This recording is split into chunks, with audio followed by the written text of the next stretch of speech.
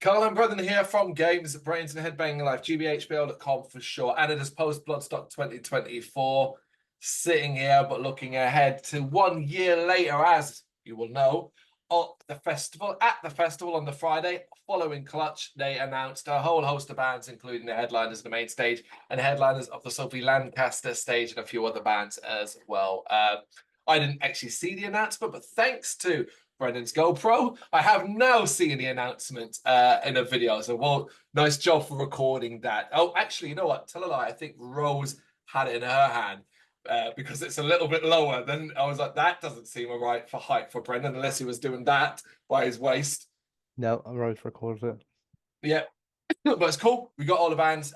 We're going to talk it through now because obviously, hopefully, you know who they are. Hopefully, it's excited you enough to buy your ticket and sell out. Early bird, VIP, camper vans, and a whole host of other stuff have sold out already. And I think there is a combination of two things. I think it's a strong lineup start, which has got people very excited. But I also think, you know, we've got that post-festival blues, as it were. It's in the past, and you've got the excitement. So naturally, when the tickets become available, you can picture basically 1 year later being in the same place and listening to these bands. I was happy with this announcement and the bands in it. Were you? Yeah, I was very happy. Very, very happy. It's almost, I don't know, like to a degree, it's close to a dream kind of lineup so far, you know. Like at the top level anyway, you know, it's like a lot of stuff like, you know, it's like, oh, this is my formative years and the stuff I was listening to and I am still now, you know, over the last 20 years. So to get sort of like three headliners where you're like, oh, okay, cool. So yeah, I was very happy. Yeah, same here. We're going to quickly talk you through the bands that were announced, working our way up towards those headliners. But let's just drop in a few that some that I'm quite familiar with, others that I'm not so much. So there's 3 Inches of Blood. And I know the name. I know there's a bit of a not, maybe legendary is the right word. Legendary sort of heavy metal, kind of power groove metal. But I don't know enough by them to really get that excited about it. But you know, from what I've heard, sounds fun.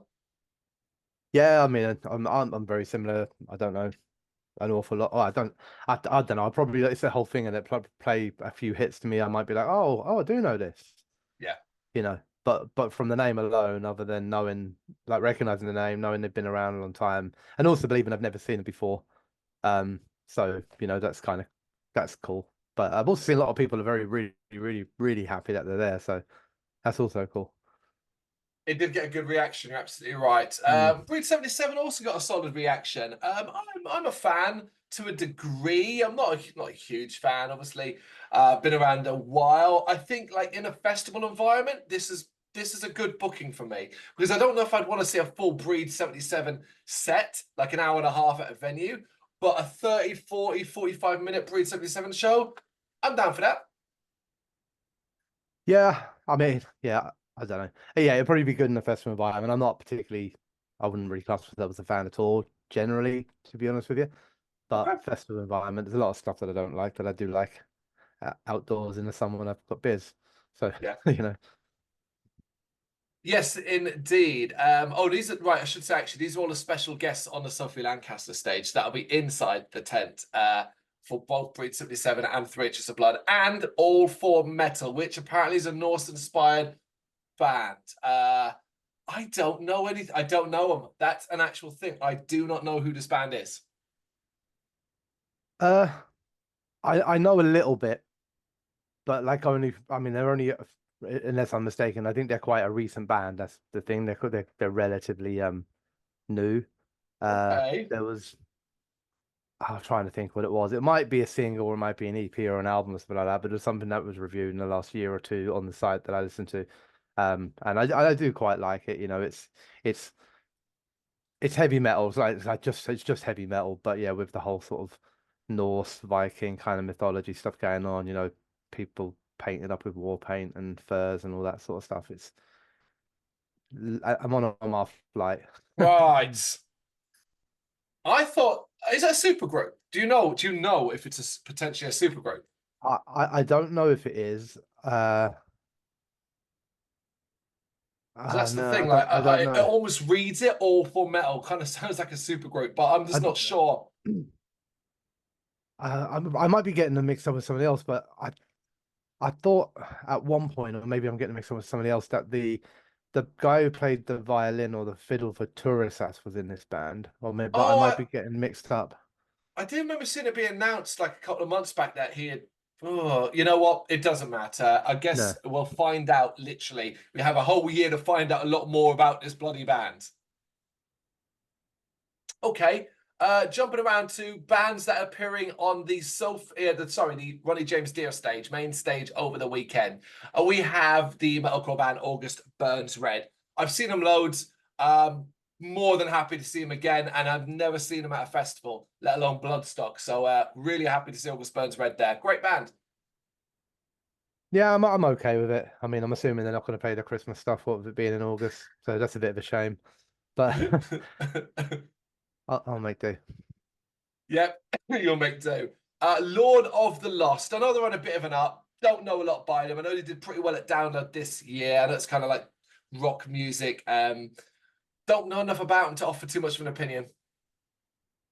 Uh, I think you know when they came to prominence for me and probably for a lot of people, like was they represented whoever their home country. That was Germany, wasn't it, in Eurovision, didn't they? Oh, is that the band? Okay, Yeah, yep. and then I think from that they obviously, I mean, I think they were a band anyway. It wasn't just for that, and then they've kind of done quite well from that. But that's where I kind of knew the name from originally.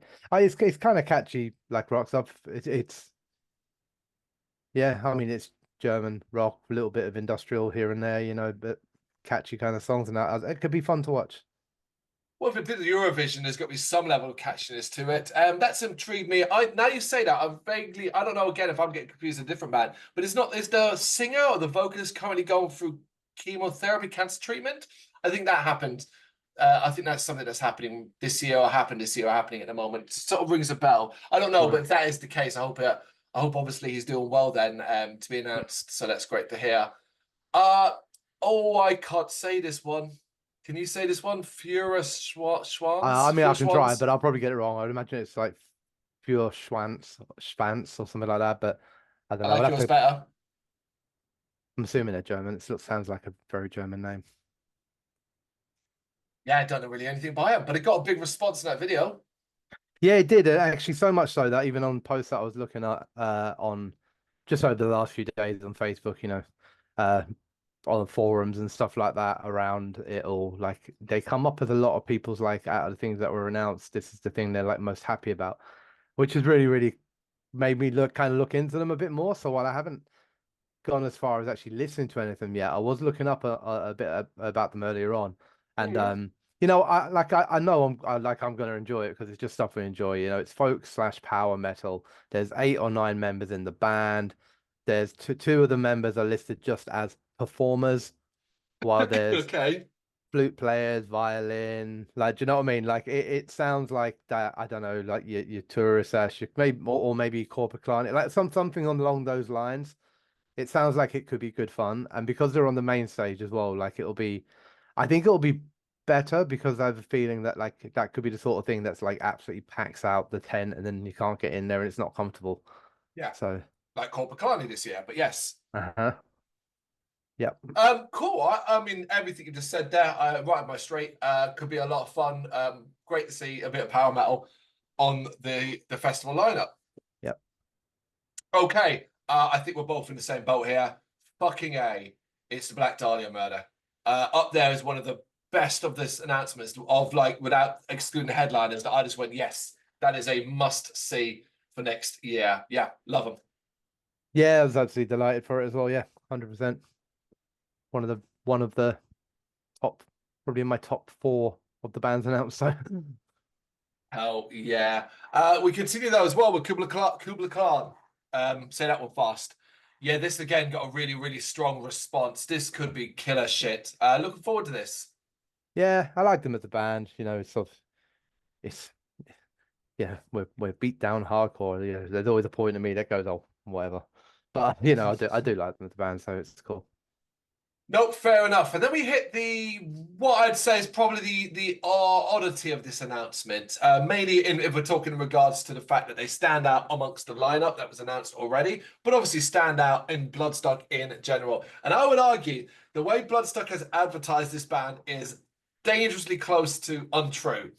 The boisterous horror punks. Oh, that's a lot of words that I might occasionally point out, would have wondered once upon a time, pointed at certain things and maybe certain songs, but really, Creeper. Now, years ago, I'd have been well happy about this. I'd have been like, fucking sweet. But the Creeper of today and the Creeper of the last few releases and the last few years has been nothing but a disappointment. I will watch them if they're not clashing with anybody else. I'll be intrigued to see how they do and particularly what they bring. But yeah, when I saw, I went, what a time to book them when I think they're at their absolute worst. But they are doing a lot better popularity wise, so what do I know? Yeah, I mean, I never became a fan of them when they were apparently at their height, or like where you would say they were at their best. I thought they Yeah. sucked, and then they went downhill. So for me, like I don't know, man. Like it's one of those things. I'll probably watch a little bit of it out of intrigue more than anything else because I've never gone and seen them. Because like, why would I if I'm not a fan, you know? Yeah. So uh, I don't know. I'm sure they're not foolish and stupid. They know where they're playing. A lot of bands when they come along to that sort of stuff, whether it's pulling the right songs out or something like that, and you play a bit to the audience that you've got. So it could be fun. They ain't got that many songs to play to it. Don't Like, they? I'll be honest, no, I mean, there's plenty of faster ones and a little bit more energized ones, but like, I'll be honest, man, it's a whack ass catalog. So like, um, here's the thing, folks. Like, I am not a hater. I have seen this band play live twice at Shepherd's Bush Ballroom. I've seen them play at Electric Ballroom. I've seen them play at festivals. It's not that I've just followed them for a long time and watched them to me fall off a cliff. It'll be interesting nonetheless. But it's so of a priority to me. Yeah. Okay. Orange Goblin. Yeah, they kill it. You know they do. Groovy rock, stoner. It's going to be badass. Really happy to see them booked. Really happy to see them on the main stage as well. Yeah, I'm second all of that. Cool band, lots of Yeah, history, been doing it for a long time. Sure they'll put on a good show. cool, cool, cool. Lacuna Coil. It's been a very long time since I've seen them live. They can be really, really spectacular, but they've also got a shit ton of stuff that I kind of find, yeah, middling at best. I'm cool with this because I think at a festival, I could have called it a festival, could be a lot of fun. But yeah, it doesn't blow me away. Yeah, I mean, I couldn't care less to a degree, but I don't mind that they're there either. It's one of those things, and I'm like if they're the fact that they're announced, I don't really care. And the fact if they weren't announced, I wouldn't really care. Like it's fine. I'm sure they'll have plenty of fans that are there and really happy to see them, and that's cool. I don't class myself as a Coil fan. Again, I don't think I've ever have, while knowing Mm, plenty of their material. I have seen them live, but again, not for decades probably. To be honest with you, I think it's probably been that long, yeah. 20, 30, 20, 25 years plus potentially. So yeah, I don't know, the right sort of timing with nothing else going on and that, I may go and check some of it out and who knows, might love it.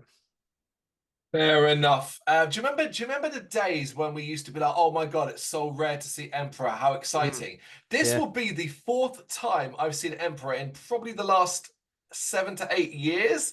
That's a lot. And the thing is, I will see them again, provided they're not clashing with something way bigger, way more important to me, which is unlikely. Um, it's obviously black metal icons shouldn't need any introduction for that. I also suspect, and the fact that Bloodstock kind of right about it, that you might get a little bit of crossover here with who the headliners are on the same night that Emperor are playing. But yeah, I'm happy with the Emperor there. It just makes me laugh that I went from never seeing Emperor, never thinking I would see an Emperor, to now seeing an Emperor more times than I have a lot of other bands. Yeah, it is a weird one. Like I'm still like glad they're there because I know they're great and they're Yeah. great live. Um but yeah, it's not the same, it's not an excitement sort of thing because yeah, I've seen them a lot. Um Having spent the vast majority of my life having never seen them. then seeing them for the first time, and then sort of every year and a half or 18 months since then. Being blessed with living in London and then being over here and doing Incineration Fest and things like that. So yeah, cool that they're there, but yeah, I don't really have like a ripple of excitement about it. You know what I mean? Like it's like, oh, okay, that's cool. I mean, for I hear anyone who that. is excited about it, they will be great because they inevitably are. They're always very tight and yeah, it'll be good. Hell yeah. Right, let's do the Sophie Lancaster headliners then, starting with the Thursday, going up to the Sunday. So let's jump down to Thursday, where the Thursday night headliner is Me and That Man. If you're wondering who the hell that band is, it's Nurgle from Behemoth's side project. Of the headliners, of all the headliners on the Sophie and main stage, this is the one I couldn't give a flying F about. It's the one area we'll be critical over. I think it's really disappointing. Because I just want my Thursdays to be more party and fun, and this ain't that. In fact, I think this is really boring, and it's pretty much on what I'm not going to bother with it kind of thing. It's easy to say, oh, there'll be nothing else on, so whatever. But there'll be drink, there'll be the Serpent's Lair, there'll be drinking at the tent and all that. I don't care about this band. I mean, I agree, probably with slightly less venom with everything Mm. that you said. I've actually weirdly, probably like, even more so than Creeper. I thought this was an odd announcement, to be honest with Mm. you, because I get that it's Nergal, but like, you know what? Like, if he decides to do, I don't know, a trance album next, does that mean he still gets booked for Bloodstock because it's Nergal? It Uh, is. I know it's rock music, and it's got a country kind of vibe and all that sort of stuff, but I don't know. I feel like it's going to be a bit of a strange one, like everyone sort of standing still, kind of clapping along and watching sort of thing. Like the pits can't really do an awful lot. It's going to be quite a weird sort of thing, and I actually think like I think it's badly booked. That's my opinion. I get that it's Nurgle and Behemoth, but this is almost like Behemoth. It's like if you booked Behemoth to come and do an acoustic set. Like, do you know what I mean? Don't put it as a headliner on a big stage. Put it somewhere. Like have me and that man doing something on the EMP stage or you know what I mean? Like opening up the mm. main stage on a day if you want to really do it that so much. But it's headliners are like it's about build up and excitement and like blow us away. And I feel like this could come out, and while it'll be talented and it's cool that it's him and like all that sort of stuff, but I don't feel people are going to come out of it like wowed and going, "What a show! Oh my God!" Like Yeah. so yeah, that's a strange one, man. And you know what could be really interesting as well? Just imagine that a couple of the bands, or even the band before, it just happens to be, let's, just what someone fun, someone super energetic, someone with inflatables and dancing and over the top silliness, someone like, say, Party Cannon. Imagine Party Cannon was, like, yeah, that would be what a mess that would Yeah, be. yeah, it's just a strange one. Like it does to me feel like you said, like it could just mean for a flat end to the day Yeah, rather than like your kind of 4 or 5 bands or whatever you get on the Thursday, and it sort of builds up and up and up, and then you have your big one to end it all off, and you're like the festival is on proper now. yeah. Whereas this could be like a build up of like what hopefully are the cool bands, and then it not that there's anything wrong with this as a band, but just in terms of the vibe at a festival and a headliner when everyone's drunk on the Thursday night, there's nowhere else to go and watch other bands. This is what you've got, and it's like, oh, okay, yeah, what do we do? Like click our fingers along and stuff. Sorry, me and that man fans. If you love them, fantastic. I hope you have a great time. I really, really do. Because I think we'll have a perfectly damn good time, a great time as well, with Cataclysm. I don't think I've ever seen them live. Uh, yeah, I don't think I have either. Hmm. I certainly can't think of anything off the top of my head why I would have. But, so yeah, that's cool. Heavy death metal, down for it. Yeah, yeah. I mean, I mean, we get to the other ones too, but like, it's almost a polar opposite of what they're doing on the Thursday night, which is a great thing. Then for the Friday night, which is like, it's a big band, famous, lots of history, heavy kind of in your face sort of music. It's such a different vibe to the Thursday night. which But yeah. continues, yeah, doesn't it, into Mm. Saturday, and this is Static X. Now, I will, like, for clarity, folks, I still find this all a little bit weird, the whole Static X thing a little bit weird, mainly just because of how the current front person, man, chooses to dress. I think it'd be fine if it was like, oh, we're doing a tribute thing, but also I'm not trying to look or wear a mask of the person that died. That just makes it weird for me. I find that odd. However, I am an old school Static X fan. I mean, old school Static X fan. I saw them many decades ago at a tiny ass venue in London as well, and it's one of my all-time favorite gigs. Goes way back. Generally, really always enjoyed the shit out of this band, and well, I got to see them with Wayne Stack as fronting them. So I'm down for this. I'm down for this. I think it could be a fun Saturday night. Yeah, I mean, I've never been much of a fan of them beforehand.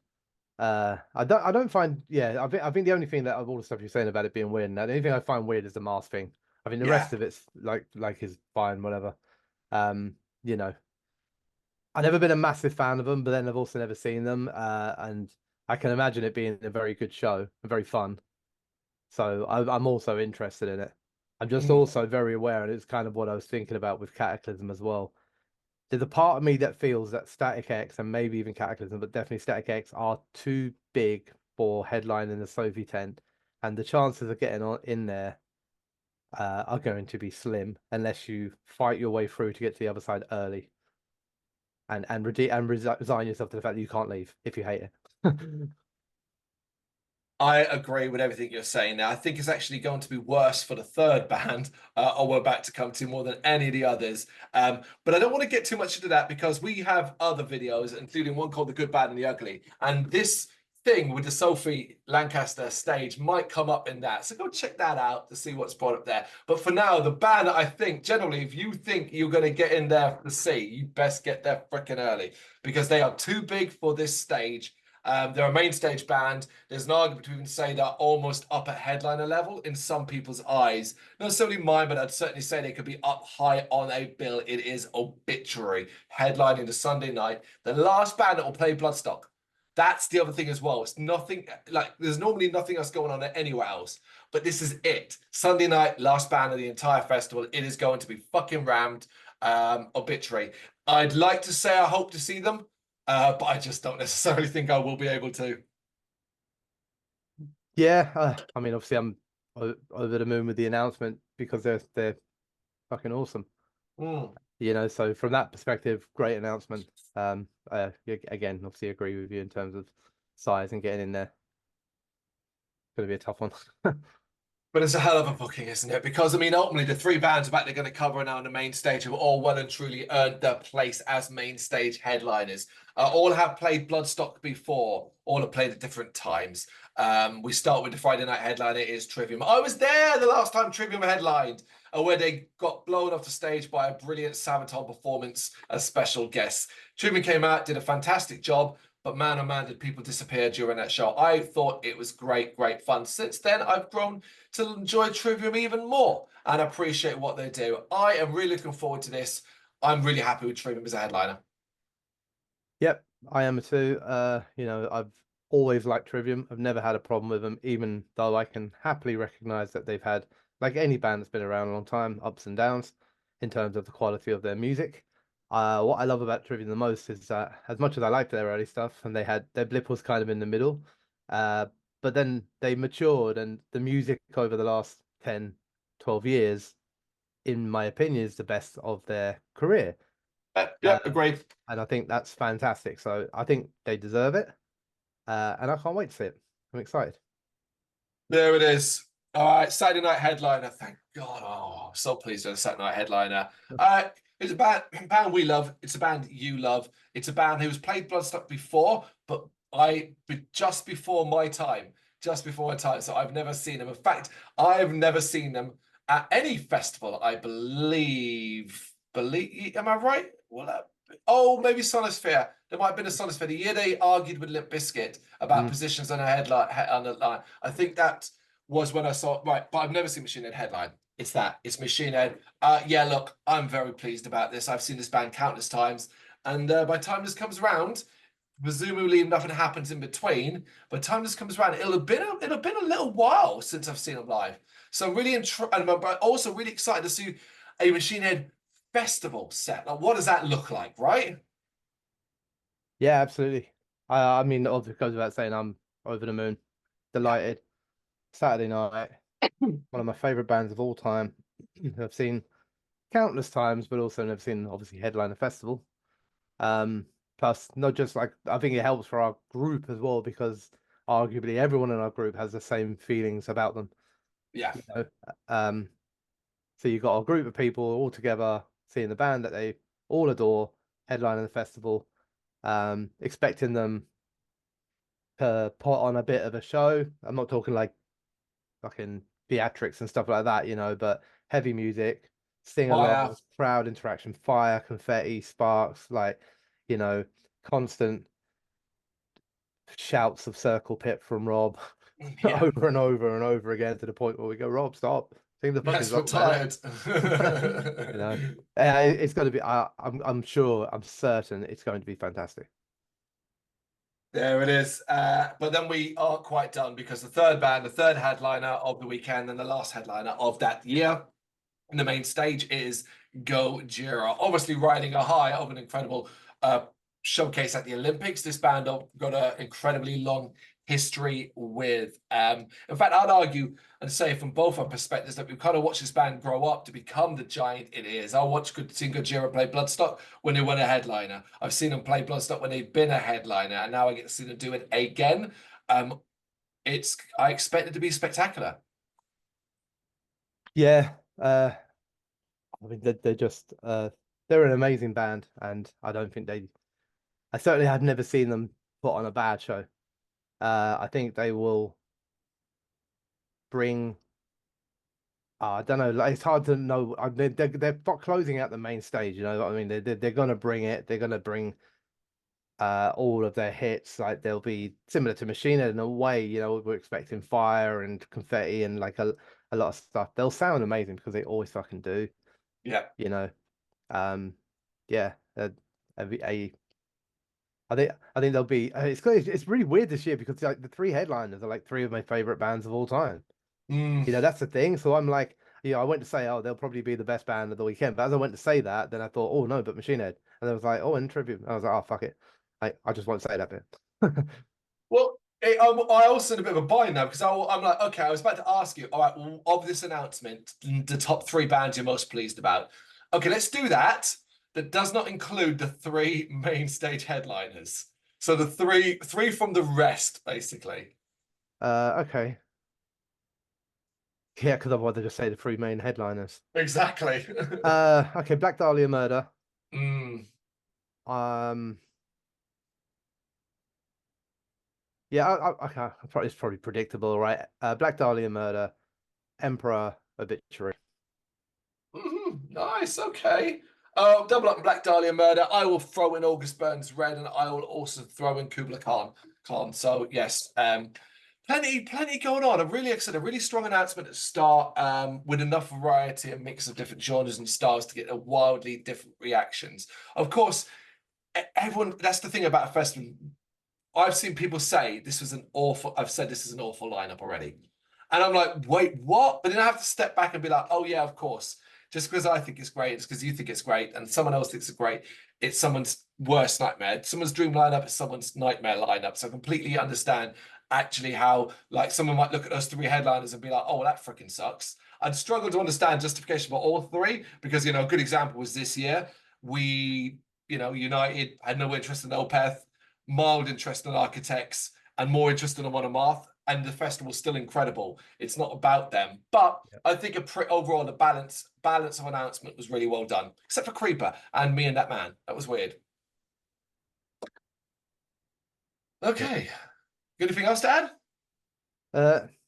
No, other than like what a great start, and there's still God knows how many bands to be announced.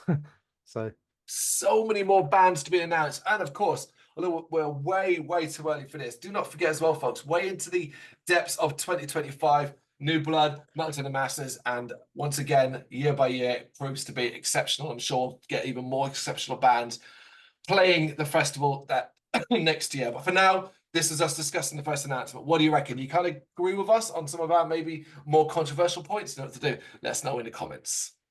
Thank you very much for watching. If you'd like to see more content like this, please consider hitting the subscribe button. It is gratefully appreciated. You can find us over at gbhbl.com, our full website where reviews, news and so much more goes up daily. We're also on all social media platforms: Facebook, Instagram, Twitter, Threads, at gbhbl. Just search for gbhbl and you will find us out there. We also have merchandise on sale. You can access the shop via the website.